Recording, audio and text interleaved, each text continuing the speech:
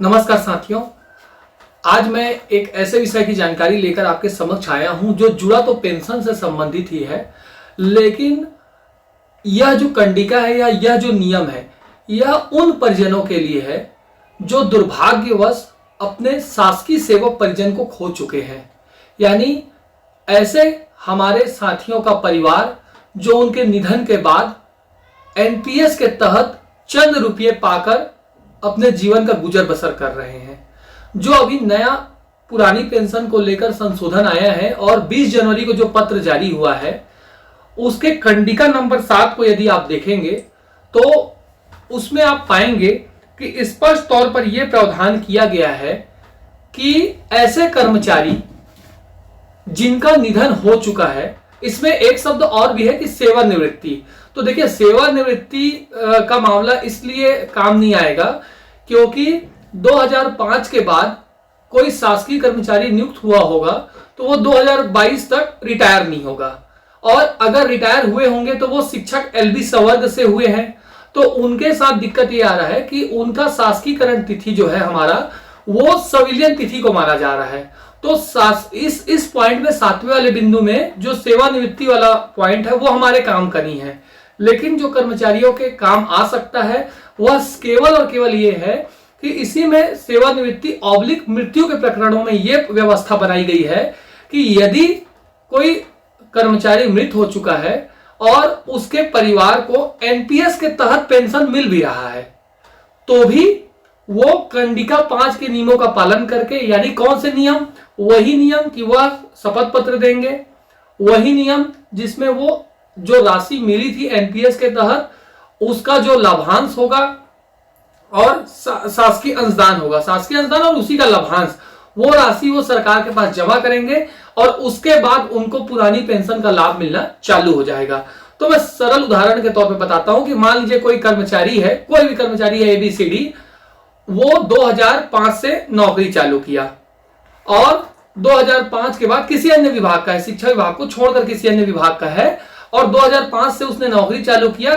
किसी कारणवश या कोरोना के कारण उसका 2019 या 20 में निधन हो गया, और उसके बाद उसके जो परिजन हैं, उनकी पत्नी, उनके बच्चे, उनके माँ बाप जो भी हैं, जो उसके आश्रित थे, जिनका नाम नॉमिनी में था, उनको एनपीएस के तहत 900, 1100, 1200, 1000 ऐसा ही कहीं पेंशन मिल रहा है। तो वो क्या कर सकते हैं, वो इस नियम के तहत सीधे तौर पर जो उनका कार्यालय प्रमुख है उसको आवेदन करेंगे शपथ पत्र के साथ कि हम इसके आश्रित हैं, हम इनके नॉमिनी हैं और इनको एनपीएस के तहत ये राशि मिल रही थी। वर्तमान में शासन द्वारा जो आदेश जारी किया गया है उसके तहत जो है हम पुरानी पेंशन का लाभ लेना चाहते हैं, और हम इस बात के लिए सहमत हैं कि हम जो शासकीय अंशदान प्राप्त हुआ था, जो एनपीएस की राशि जमा हुई थी, उसमें जो शासन का अंशदान था और उसका जो लाभांश है वो राशि हम जमा कर देंगे। देखिए, मान के चलिए बहुत ज्यादा राशि किसी की भी जमा नहीं हुई है, यदि मान लीजिए आपको 1.5 लाख 2 लाख रुपए देना भी पड़ता है, और वो देकर आप यदि परिवार पेंशन जो कि 30% होता है, यदि किसी कर्मचारी की मृत्यु हुई रही होगी और मान लो वो उस समय 39,100 के भी वेतनमान में था,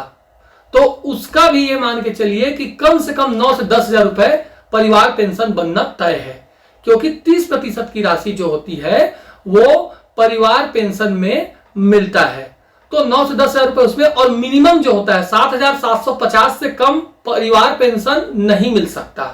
पेंशन का जो न्यूनतम पेंशन होता है किसी भी प्रकार का वो 7,750 रुपए फिक्स है, तो उतना पैसा तो मिलेगा ही मिलेगा। तो यदि परिवार इस स्थिति में है कि कुछ पैसे जो शासन को देने हैं वो जमा किए जा सकते हैं, एक मुश्त एक बार आप 1.5 लाख रुपए दे रहे हैं, लेकिन जहां आप 1000 पा रहे हैं, अगर हर महीने मान लीजिए मिनिमम आप 7,750 रुपए भी पाते हैं तो वो पैसे आपके 2 साल में वसूल हो जाएंगे, लेकिन आगे आप लगातार एक सम्मानजनक पेंशन पाते रहेंगे। और जो एनपीएस वाली राशि है वो राशि तो आपको मिल ही रही होगी, जो उसका पेंशन जारी है वो जारी रहेगा ही रहेगा, लेकिन पुरानी पेंशन का सदस्य बनने के बाद आपको पूरा राज्य सरकार जो है वो इस पेंशन का लाभ जरूर देगी। तो एक अच्छा विकल्प है, खास तौर पर ऐसे शिक्षक साथी भी जिनका 2018 में सिविलियन हुआ या 2019 में सिविलियन हुआ और सिविलियन होने के बाद उनका निधन हो गया, उनके लिए भी उनके परिजन जो हैं वो अप्लाई कर सकते हैं, क्योंकि शासकीकरण होने के बाद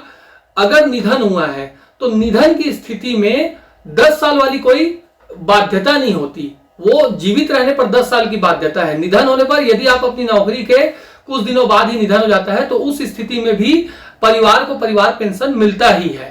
तो अगर ऐसा हुआ है कि 18 में हमारे किसी साथी का संविलियन हुआ हो और बाद में उनका अगर निधन हो गया हो तो उसके भी परिवार इसी नियम के तहत जो है पुरानी पेंशन के लिए दावा कर सकते हैं। अच्छा, एक बात और ध्यान रखना है उनके परिवारों को कि शासन को राशि कौन सी जमा करनी है। अगर वो 18 से उनका शासकीकरण का तिथि माना जा रहा है तो राशि भी आपको 18 के बाद का ही देना है, पहले का नहीं देना है। 2018 से पहले जो राशि जमा हुई होगी, चाहे शासकीय अनुदान हो या कर्मचारी के हिस्से का, उसका नहीं। आप एलबी के मामले में, शिक्षक एलबी के मामले में, चूंकि उनके नियुक्ति की तिथि को 2018 से माना जा रहा है, शासकीकरण की तिथि से माना जा रहा है, या 2019 में संविलियन हुआ हो तो 2019 से माना जा रहा है, तो आप राशि भी वहीं से जमा करेंगे। वहीं से कैलकुलेट होगा कि एनपीएस में कितनी राशि गई थी और कितना अनुदान देना है। अगर इस विषय में कहीं पर भी कोई भी दिक्कत आए तो आप मुझसे भी बात कर सकते हैं, मैं आपके सहयोग के लिए हमेशा तैयार रहूंगा। और जल्द ही मैं अधिकारियों से बात करके इसके विषय में जो शपथ पत्र भरना होगा उसका एक अलग प्रारूप आना चाहिए था, जो कि 20 जनवरी वाले पत्र में नहीं है। तो वो प्रारूप भी हम सरकार से ले लेंगे, विभाग से ले लेंगे, और उस प्रारूप के तहत आप आवेदन करके पुरानी पेंशन का लाभ, जो परिवार पेंशन होता है, वो ले सकते हैं। मुझे पता है कि जिनके परिजन खो चुके हैं उनके लिए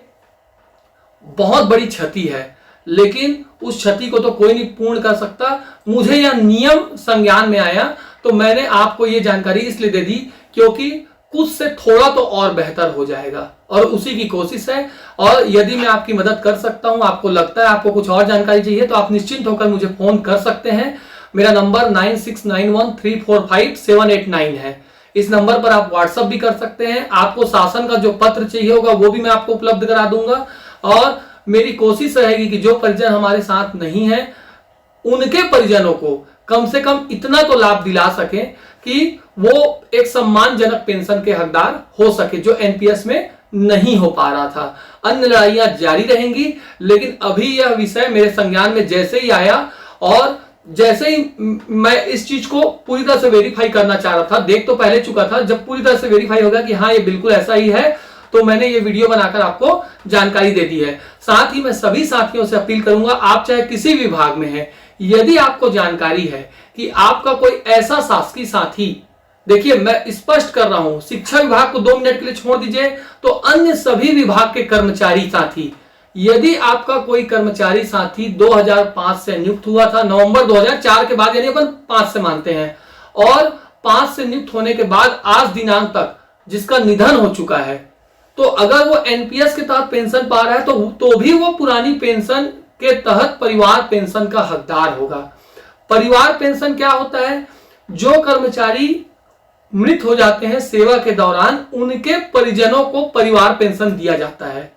वो राशि 30% होती है, और यदि उसका वेतन उस समय कम रहा हो तो न्यूनतम 7,750 रुपए परिवार पेंशन मिलना तय है।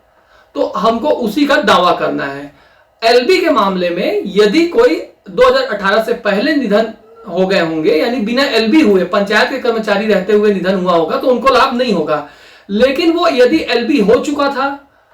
संविलियन उनका हो चुका था, और संविलियन के एक दिन बाद भी उनका निधन हुआ है, तो उनको भी इस नियम का इसी तरीके से लाभ होगा। और एलबी के मामले में मैं फिर से दोहराता हूं कि साथी के परिजन इस बात का ध्यान रखें कि 18 में अगर संविलियन होता, 18 के बाद की ही राशि को हमको सरेंडर करना है,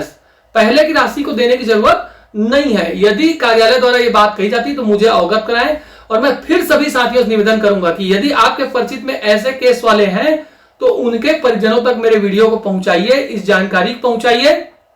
ताकि उनको अधिक से अधिक संख्या में इसका लाभ मिल सके। हम कम से कम उनके लिए इतना कोशिश तो कर ही सकते हैं। धन्यवाद।